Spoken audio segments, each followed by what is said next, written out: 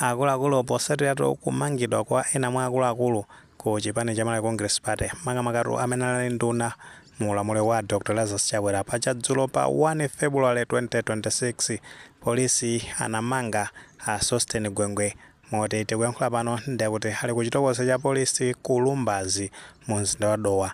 Ndi chigawo chakummawaku tinaonanso kuti apolisi anamanga a Sam Kawale amenetu anali nduna ya zaulimi mu ulamuliro omwewo wa Dr. Lazarus Chakwera.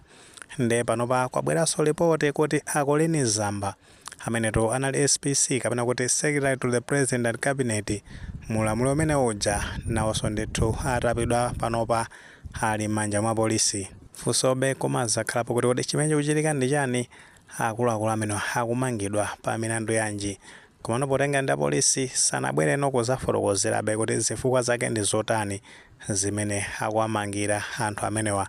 Ndi mwina nkutheka kuti kapena mulandu wake ndi umodzi umene akuwamangira kuti mmene anatapa a Sostene Gwengwe anazatchulapo za nzawo kuchoka pamenepo mwina anazatchulanso za Akoleni Zamba. Komano chilungamo chenicheni afotokoza apolisiwo akabwerano kuzafotokoza pa nkhani imene chifukwa kunazo kuti akutolera information ina ndi ina ndi abwera kuzafotokoza bwinobwino zifukwa zimene awamangira akuluakulu amenewa. Ndi paja tikakutengani mbuyo pang'ono panali pa 3 December 2025 Akoleni Zamba anazamangidwanso ndi apolisi pameneno amapita ku Geneva mdziko la Switzerland pachana zamanga ku Kamuzu International Airport kuchoka kumeneko anazawapitisa ku area 30 kenako kupita nawo ku Lingazi. Munthu ameneja akuitana palamula mulandu pa nthawi imene anali SPC kuti no sanagwire bwino ntchito ku ofesi yawo makamaka pamene amene azoona kuti amalemba anthu ntchito mosasata malamulo. Tikhope kuti ali ndi belo ndithu mthumba.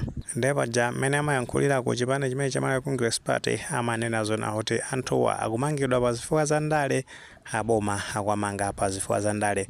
Tinaonanso mmene mtsogoleri wa ku chipani chimenechi a Dr. Lazarus Chakwera anazayankhulira pa nkhani imeneyi kuphatikizapo ena mwa akuluakulu amene anakhala kumangidwa ngati a Moses Kunkuyu, a Richard Chimondo Banda ndi timu yambiri imene inamangidwa kumeneko. Komanotu ambali ya boma amanena zoti kumangidwa kumeneko ndikosatira kupalamula milandu imene makosana amene ankapalamula mbuyomu. Aito mmenemo nemene nkhani zake zikuyendera mmene angabwere kuzafotokozera apolisiwo tibweranso kuzafotokoza nkhani zake mmene zikuyendera zifukwatu zimene awamangira akuluakulu amenewa. Ayi mmenemo nkhani zake nimene zikuyendera nkutheka tomwe ndi maganizo pa nkhani imeneyi. Ngati maganizo amene alipo fotokoza na comment section koma mulemekezanso maganizo anzathu.